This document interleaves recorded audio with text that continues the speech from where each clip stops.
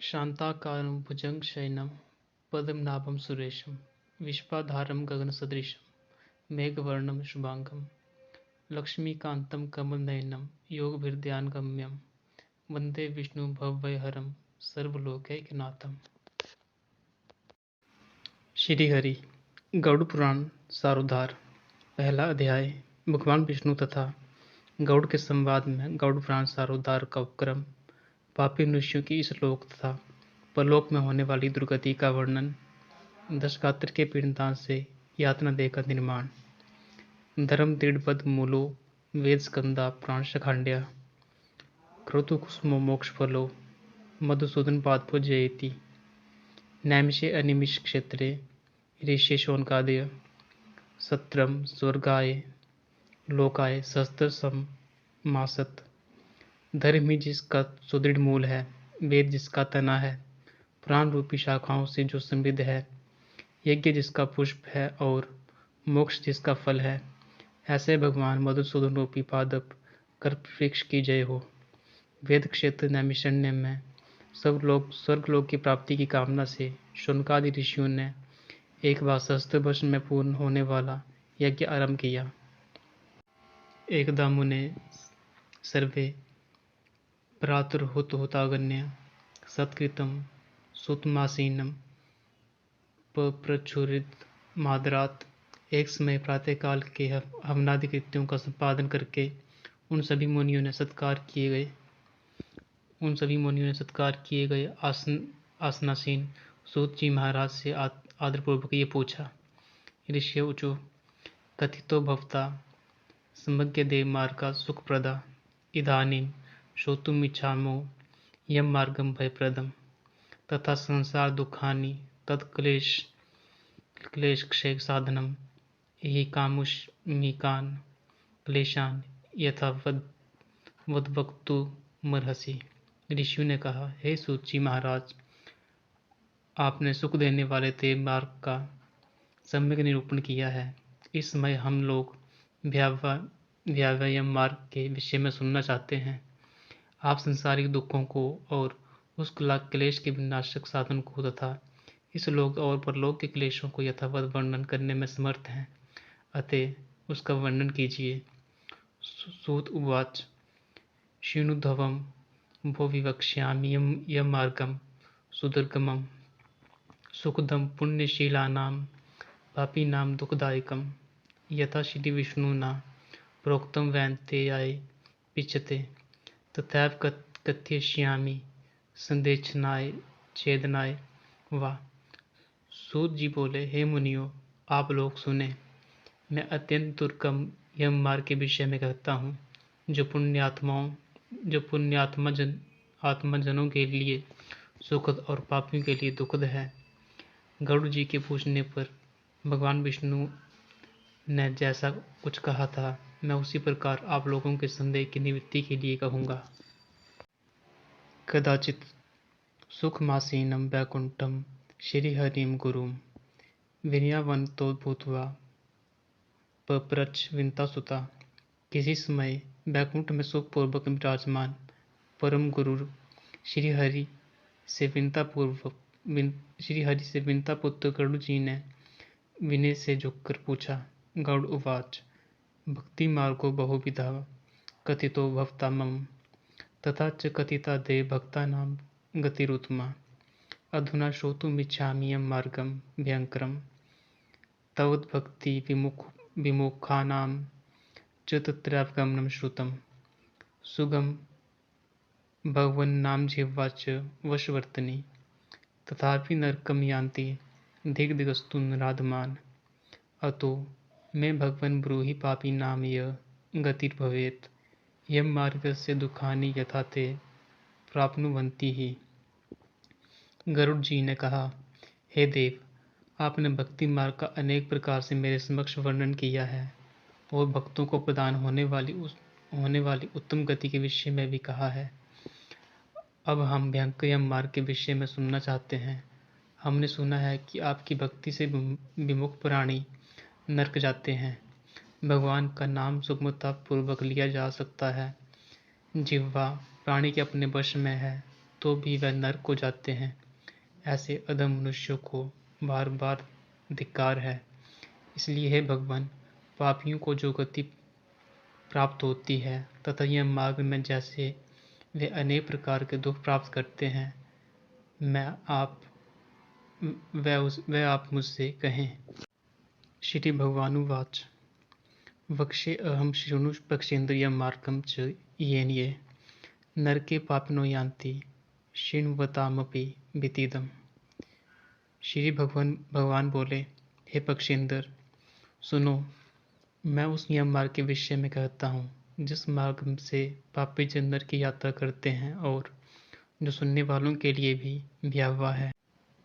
ये ही पापरता स्ताक्षर्य दया धर्म विवर्जिता दुष्ट संगाष्ट सच्चास्त सत्संगति परामुखा आत्म संभाविता स्तब्धा धनमान मंदाविता आसुरम भामापन्ना दैवी संपद विवर्जिता अनेक चित विभ्रांता मोजा समावृता प्रसक्ता काम भोगेषु पतन्ति नरके अशुचो ये नरा ज्ञानशीलाश्च ते यान्ति परमां गतिम् पापशीला नरा यान्ति दुखे यम यातनां पापिनामैकं दुःखं यथा भवतीति शृणु ततस्ते मरणं प्राप्य यथा गच्छन्ति यातनां। हेताक्षरे, जो प्राणी सदा पाप परायण है तथा दया और धर्म से रहित हैं, जो दुष्ट लोगों की संगति में रहते हैं, सत्शास्त्र और सत्संगति से विमुख हैं, जो अपने को स्वयं प्रतिष्ठित मानते हैं, अहंकारी हैं तथा धन और मान के मत से चूर हैं, आसुरी शक्ति को प्राप्त हैं तथा दैवी संपत्ति से रहित हैं, जिनका चित्त अनेक विषयों में आसक्त होने से भ्रांत है, जो मोह के जाल में फंसे हैं और कामनाओं के भोग में ही लगे हैं, ऐसे व्यक्ति अपवित्र नरक में गिरते हैं। जो लोग ज्ञानशील हैं वे परम गति को प्राप्त होते हैं।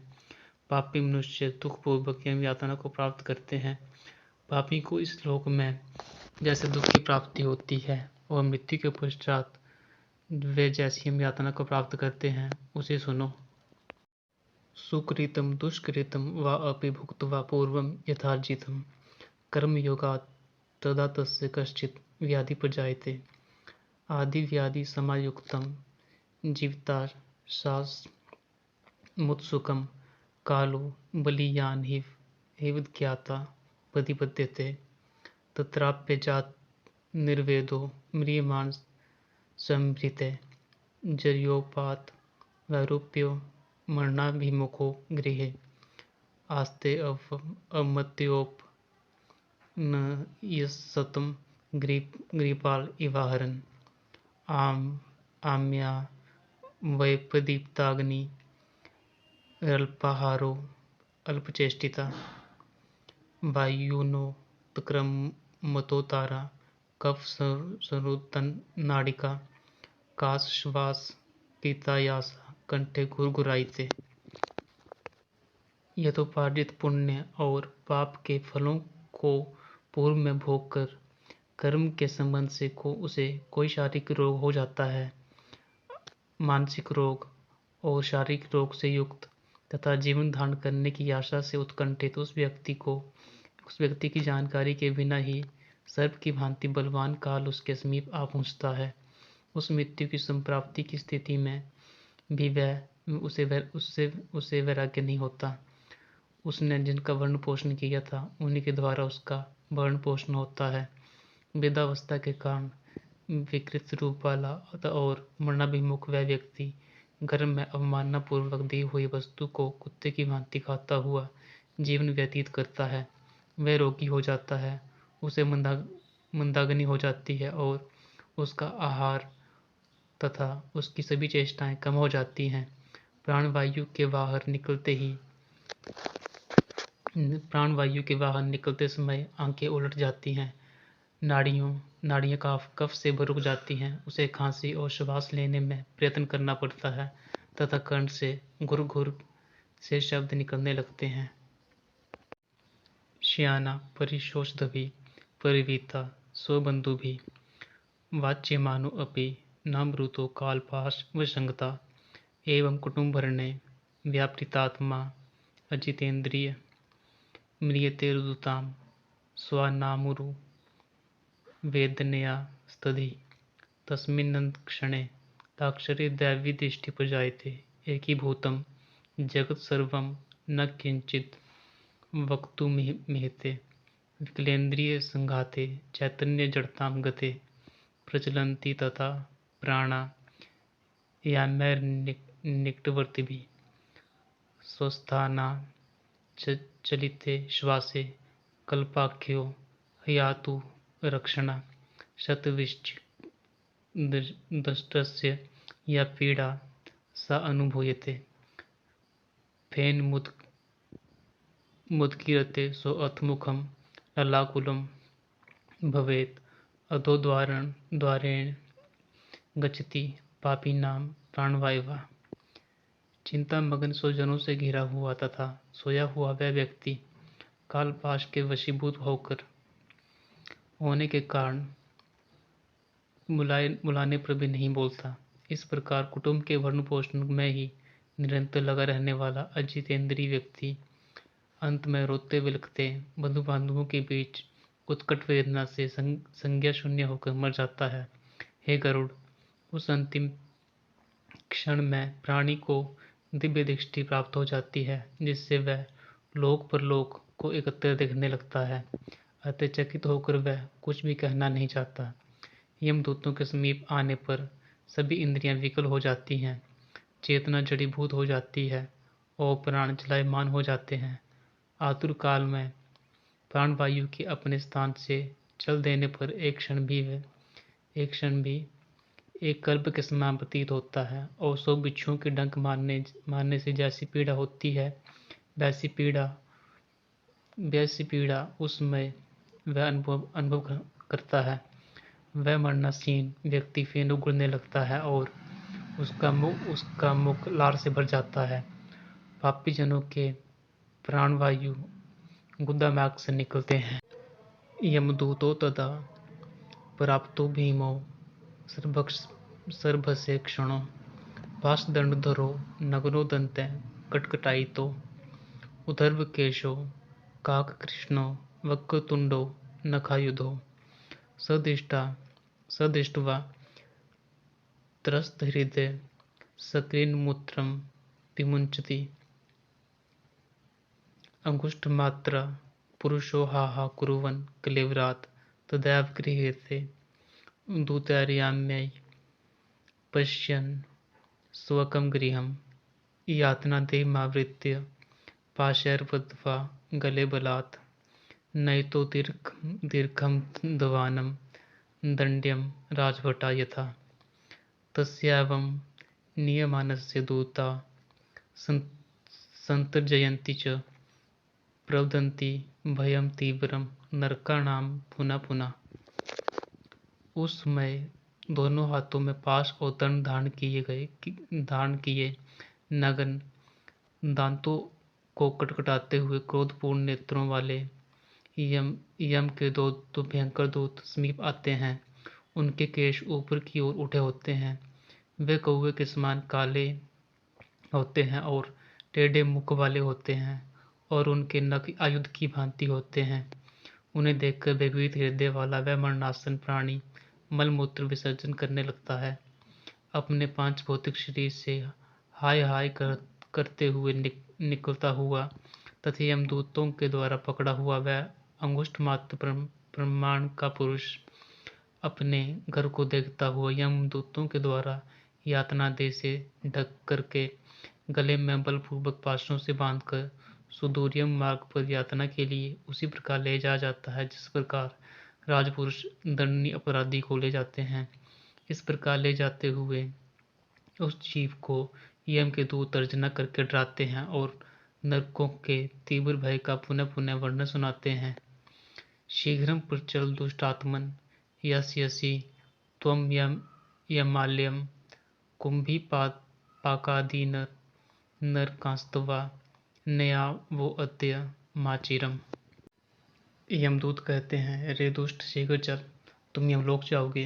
आज तुम्हें हम सब कुंभीपाक आदि नरकों में शीघ्र ही ले जाएंगे।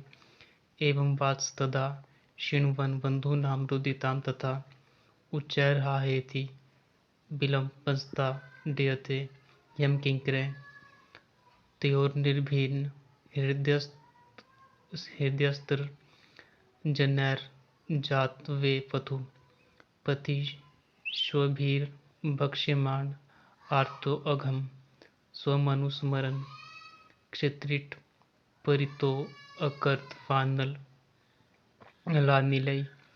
संतप्यमान पति तप्त बालुके कृच्छ्रेण पृष्ठे कस्याच तडितश्चल त्यश्कोऽपि निराश्रमोदके तत्र तत्र पतञ्शान्तो मूर्छिता पुनरुत्थिता यथा पापीयसा नितस्तमसा यम साधनम। इस प्रकार यमदूतों की वाणी तथा बांधवों का रुदन सुनता हुआ वह जीव जोर से हाहाकार करके विलाप करता है और यमदूतों के द्वारा प्रताड़ित किया जाता है। यमदूतों को तर्जनाओं से उसका हृदय विदीर्ण हो जाता है। वह कांपने लगता है। रास्ते में उसे कुत्ते काटते हैं और अपने पापों का स्मरण करता हुआ वह पीड़ित जीव यम मार्ग में चलता है। भूख और प्यास से पीड़ित होकर सूर्य, दावाग्नि एवं वायु की झोंकों से संतप्त होते हुए और यमदूतों के द्वारा पीठ पर कोड़े से पीटे जाते हुए उस जीव को तभी हुई बालुका से पूर्ण तथा विश्राम रहित और जल रहित मार्ग में असमर्थ होते हुए भी बड़ी कठिनाई से चलना पड़ता है। थक कर जगह जगह गिरता और मूर्छित होता हुआ वह पुनः उठकर पापीजनों की भांति अंधकारपूर्ण यमलोक में ले जा जाता है। त्रिभिर्मुहूर्तैर्द्वाभ्यां वा नियते तत्र मानवा प्रदर्शयन्ति दूतास्ता घोरा नरकयातना। मुहूर्तमात्रात् त्वरितं यमं वीक्ष्य भयं पुमान् यमाज्ञा सम्मम दूतैः पुनरायाति खिचरा। अगम्य वासनाबुधो देहमिच्छन् यमानुगे दितपाशेन रुदति क्षुत्रिभ्यां परिपीडिता। 2 अथवा 3 मुहूर्त में वह मनुष्य वहां पहुंचाया जाता है और यमदूत उसे घोर नरक यातनाओं को दिखाते हैं। मुहूर्त मात्र में यम को और नरकी यातनाओं के भय को देखकर वह व्यक्ति यम की आज्ञा से आकाश मार्ग से यमदूतों के साथ पुनः इस मनुष्यलोक में चला जाता है। मनुष्यलोक में आकर अनादि वासना से बद्ध वह जीव देह में प्रविष्ट होने की इच्छा रखता है, किंतु यमदूतों द्वारा पकड़कर पाश में बांध दिए जाने से भूख और प्यास से अत्यंत पीड़ित होकर रोता है। भुक्ते पिंडम सुतैर्दत्तं दानं चातुर्कालिकं तथापि नास्तिकस्ताक्षर्य तृप्तिं याति न पातकी। पापीनां नोपतिष्ठन्ति दानं श्राद्धं जलाञ्जलि अतः क्षुद्व्याकुला यान्ति पिण्डदानभुजो अपि ते भवन्ति प्रेतरूपास्ते। पिण्डदान विवर्जिता अकल्पं निर्जनारण्य भ्रमन्ति बहुदुखिता हेताक्षर्य। वह पातकी प्राणी पुत्रों से दिए हुए पिंड और आतुरकाल में दिए हुए दान को प्राप्त करता है तो भी उस नास्तिक को तृप्ति नहीं होती। पुत्रादि के द्वारा पापियों के उद्देश्य से किए गए श्राद्ध, दान तथा जलांजलि उनके पास ठहरती नहीं। अतः पिंडदान का भोग करने पर भी वह क्षुधा से व्याकुल होकर यम मार्ग में जाते हैं।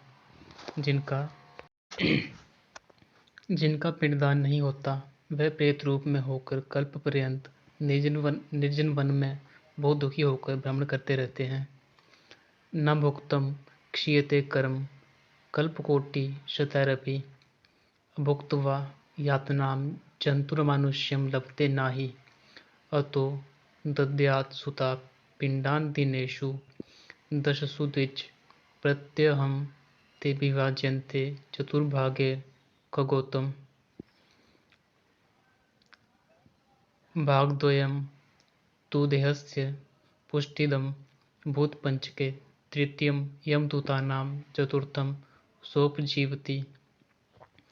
अहोरात्रैश्च नवभिः प्रेता पिण्डं वाप्नुयात्। जन्तुनिष्पन्देश्च दशमे बलमाप्नुयात्। दग्धे देहे पुनर्देहे पुनर्देह पिण्डे रुत्पद्यते खग हस्तमात्र पुमान् येन पथि भुङ्क्ते शुभाशुभम्। सैकड़ों करोड़ कल्प बीत जाने पर भी बिना भोग किए कर्मफल का नाश नहीं होता, और जब तक वह पापी जीव यातनाओं का भोग नहीं कर लेता तब तक उसे मनुष्य शरीर प्राप्त नहीं होता। हे पक्षी, इसलिए पुत्र को चाहिए कि वह 10 दिनों तक प्रतिदिन पिंडदान करे। हे पक्षी श्रेष्ठ, वे पिंड प्रतिदिन 4 भागों में विभक्त होते हैं। उनमें 2 भाग तो प्रेत के देह के पंचभूतों की पुष्टि के लिए होते हैं, तीसरा भाग यमदूतों को प्राप्त होता है और चौथे भाग से उस जीव को आहार प्राप्त होता है। 9 रात दिनों में पिंड को प्राप्त करके प्रेत का शरीर बन जाता है और 10वें दिन उसमें बल की प्राप्ति होती है। हे खग, मृत व्यक्ति के देह के जल जाने पर पिंड के द्वारा पुनः 1 हाथ लंबा शरीर प्राप्त होता है, जिसके द्वारा वह प्राणी यमलोक के रास्ते में शुभ और अशुभ कर्मों के फलों को भोगता है। प्रथमे अहनि इह पिंडस्थेन मूर्धा प्रजायते, ग्रीवास्कन्धो द्वितीयेन तृतीय दद्यं भवेत्, चतुर्थेन भवेत् पृष्ठं, पंचमान्नाभिरेव च, षष्ठे च सप्तमे चैव कटी गुह्यं प्रजायते, उरुश्चाष्टमे चैव जावङ्घ्रि, नवमे तथा नवभिर्देहमासाद्य, दशमे अहनि क्षुधा तृषा, पिण्डजं देहमाश्रित्य क्षुधाविष्टसतृषा रतिता, एकादशं द्वादशं च प्रेतो मुक्तिदिनद्वयं, त्रयोदशे अहनि प्रेतो यन्त्रितो यमकिङ्करे, तस्मिन् मार्गे व्रजन्ते को गृहीत इव मर्कटा। षडशीतिसहस्राणि योजनानां प्रमाणता यम मार्गस्य विस्तारो विना वैतरणीं खग। पहले दिन जो पिंड दिया जाता है उससे उसका सिर बनता है, दूसरे दिन के पिंड से गर्दन और कंधे तथा तीसरे पिंड से हृदय बनता है, चौथे पिंड से पीठ, पांचवें से नाभि, छठे और तथा 7वें पिंड से क्रमशः कमर और गुह्यांग उत्पन्न होते हैं।